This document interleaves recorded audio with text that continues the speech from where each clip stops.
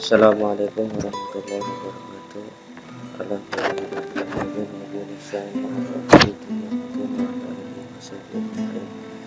Alhamdulillah, pada kesempatan hari ini kita membahas tentang kedua, yaitu tentang menikmati kekuasaan dan rahmat Allah Subhanahu wa Ta'ala.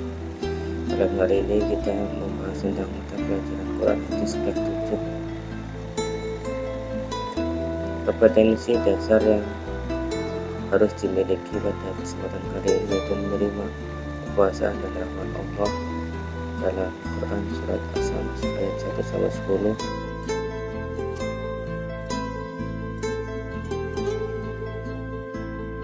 Yang kedua, menghayati sikap disiplin dalam menjalankan kewajiban. Yang ketiga, menganalisis kandungannya, kemudian mendemonstrasikan hafalan, jadi nanti anak-anak diharapkan untuk bisa menghafalnya.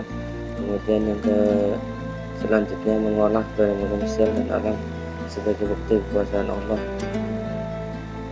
dan hadis riwayat Bukhari tentang kekuasaan Allah. Kita harus meyakini bahwasanya kekuasaan Allah, kalau dalam Asmaul Husna kita sebut dengan Al-Qadir, Allah yang Maha Kuasa. Kata Al-Qadir memiliki akar kata Qadara yang berarti kuasa atau mampu. Al-Qadir artinya yang Maha Kuasa atas segala yang dikehendakinya, tidak ada yang bisa membaca kekuasaan dan Quran atas nama kita harapkan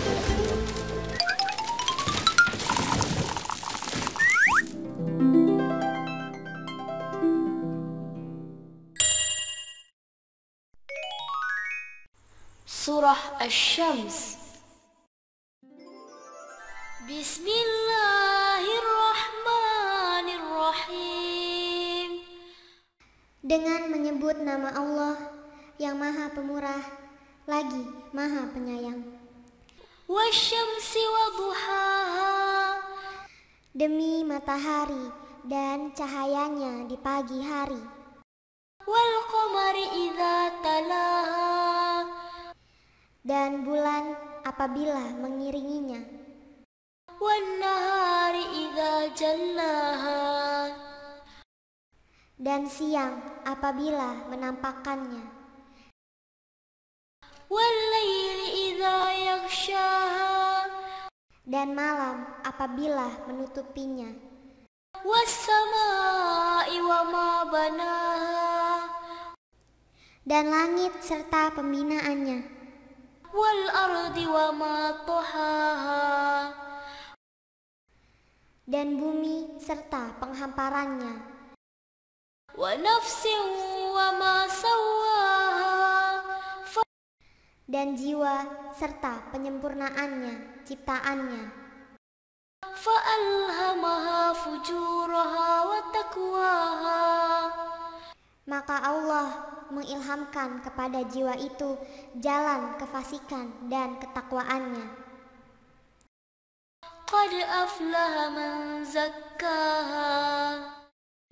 Sesungguhnya beruntunglah orang yang mensucikan jiwa itu. Wa qad khaba man dassaha. Dan sesungguhnya merugilah orang yang mengotorinya. Demikianlah surat As-Samus surat ke-91. Di sini ada hal yang penting yang perlu disampaikan, yaitu tentang keberuntungan bagi orang yang menjaga kebersihan jiwanya dan kerugian bagi orang yang mengotorinya. Dalam surat As-Samus ini ada 7 fenomena alam yang sangat menakjubkan.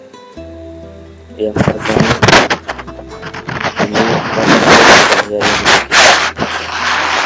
wasyamsi waduhaha, yakni sinarnya, yaitu waktu naiknya setelah munculnya, yakni cahaya dan matahari bersumber darinya. Menurut Qatadah, wal duhaha pada pagi hari, yakni siang secara keseluruhan.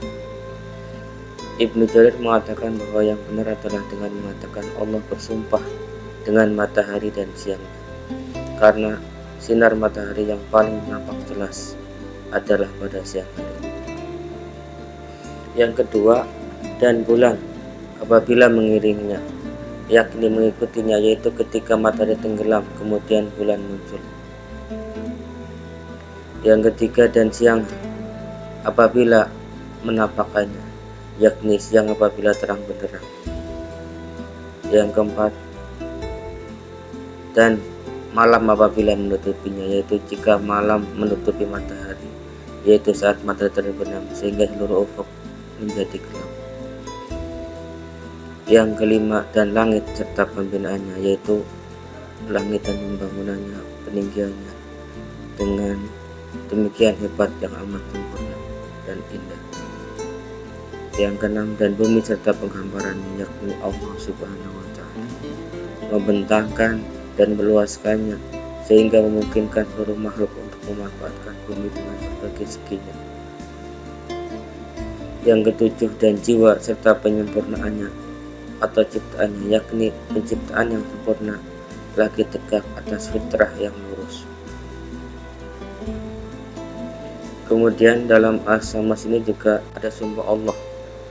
Di antaranya yang pertama, sungguh beruntung dan akan meraih segala apa yang diharapkan apabila yang mencucikan jiwa dan mengembangkan dirinya.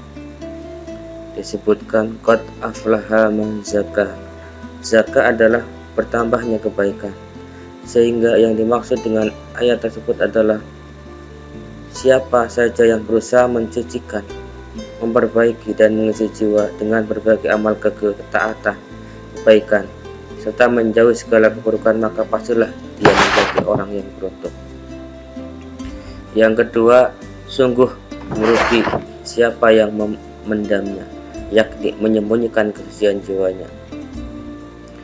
Sesungguhnya merugilah orang yang mengotorinya, yakni mengotorinya dengan membawa dan meletakkan pada posisi menghinakan dan menjauhkan dari petunjuk serta dia berbuat maksiat dan meninggalkan ketaatan kepada Allah.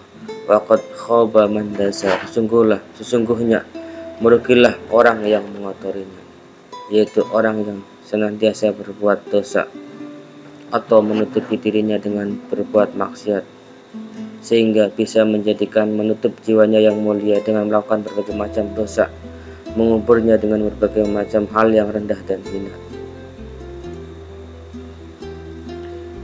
Bukti kekuasaan Allah dalam Quran surat As-Samas ayat 1-10. Yang pertama, Allah telah menciptakan matahari dan bulan.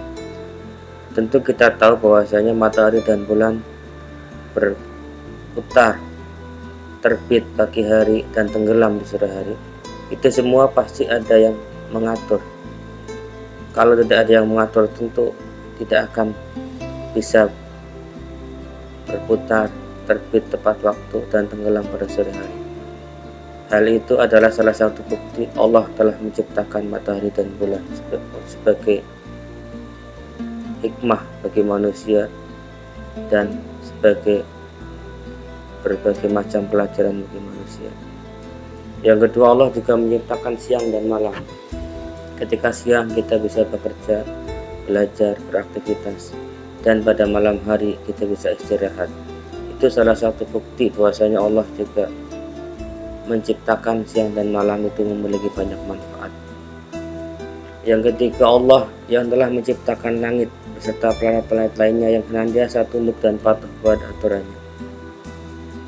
Yang keempat, Allah yang menciptakan bumi beserta makhluk yang ada di dalamnya, baik itu tumbuh-tumbuhan, manusia, hewan, dan lain sebagainya. Kemudian yang kelima, diciptakannya manusia dalam keadaan fitrah. Kemudian Allah mengilhamkan kepada manusia jiwanya kefasikan dan ketakwaan. Jadi dalam diri manusia itu ada kefasikan dan ketakwaan. Tinggal bagaimana manusia itu membina, menggunakan akalnya sehingga dia bisa memilih mana yang baik dan mana yang benar. Kemudian yang keenam, Allah berkuasa mutlak atas segala yang terjadi di langit dan di bumi. Untuk pembahasan yang kedua yaitu tentang Quran surat Al-Imran ayat 190. Bismillahirrahmanirrahim. Inna fi khalqis samawati wal ard wa ikhtilafil laili wan nahari la ayatin li ulil albab. Sesungguhnya dalam penciptaan langit dan bumi dan pergantian malam dan siang terdapat tanda-tanda kebesaran Allah bagi orang yang berakal. Quran Surat Ali Imran ayat 190. Sesungguhnya dalam menciptakan langit dan bumi dari tidak ada menjadi ada, serta tanpa ada contoh sebelumnya, dan di dalam pergantian malam dan siang, serta perbedaan panjang dan pendeknya waktu, benar-benar terdapat bukti yang nyata bagi orang-orang yang berakal sehat, yang menunjukkan mereka kepada Sang Maha Pencipta alam semesta. Hanya Dia yang berhak disembah.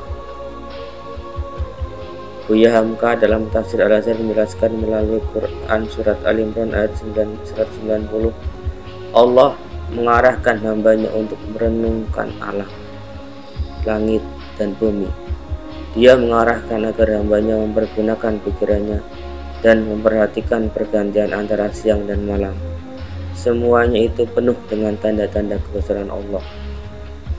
Orang yang mampu memahami bahwa penciptaan langit dan bumi serta pergantian siang dan malam merupakan tanda-tanda kekuasaan Allah Subhanahu wa Ta'ala, itulah mereka yang disebut dengan ulul albab, yang menurut Ibnu Katsir mereka adalah orang yang memiliki akal yang sempurna, lagi memiliki kecerdasan. Jadi kita bisa melihat ayat-ayat Allah, ayat karunia Allah melalui ciptaannya. Semoga kita menjadi orang-orang yang bisa berpikir dan menjadi orang-orang yang ulul albab atau orang yang memiliki akal yang benar.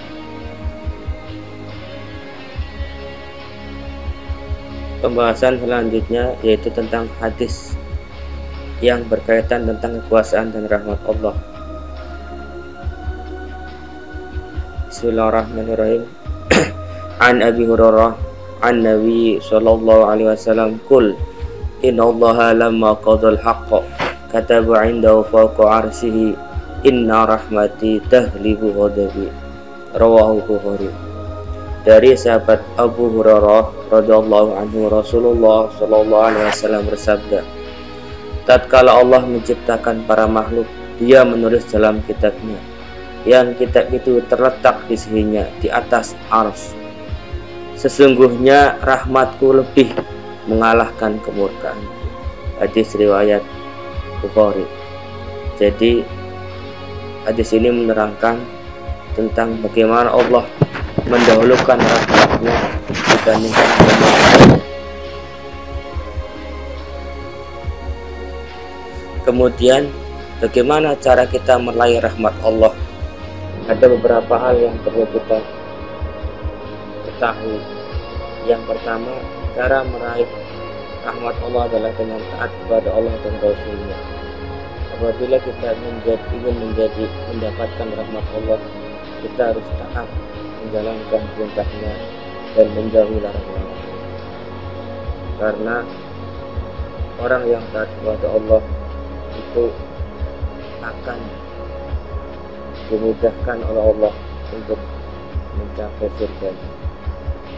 Yang kedua, mengikuti kandungan Al-Quran, karena Al-Quran ini adalah kitab suci yang apabila kita mengikuti petunjuknya kita bisa selamat di dunia dan akhirat. Yang ketiga, menyimak bacaan Al-Quran. Ketika ada orang yang membaca, kita simak dan kita dengarkan, kemudian kita amalkan dalam kehidupan sehari-hari. Yang keempat, menegakkan sholat dan menunaikan zakat. Di sini perintahnya adalah menegakkan sholat, bukan melaksanakan. Jadi kita menegakkan itu berarti melaksanakan terus-menerus tanpa henti. Itu menegakkan, bukan melaksanakan. Jadi kita harus terus-menerus melaksanakan sholat dan menunaikan zakat. Kemudian yang kelima, beristighfar. Sebagai manusia biasa tentu banyak sekali kesalahan, dan orang yang salah itu biasanya beristighfar kepada Allah Subhanahu wa Ta'ala supaya dosa-dosanya diampuni.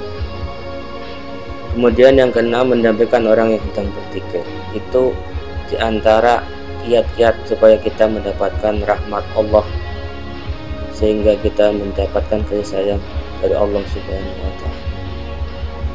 Nah, untuk tugas siswa pada kesempatan kali ini, yang pertama adalah silahkan kalian hafalkan Al-Quran surat As-Samus ayat 1-10.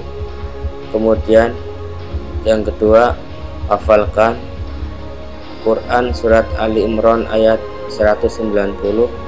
Dan yang terakhir, hafalkan hadis riwayat Muslim dari Abu Hurairah tentang besarnya rahmat Allah Subhanahu wa Ta'ala.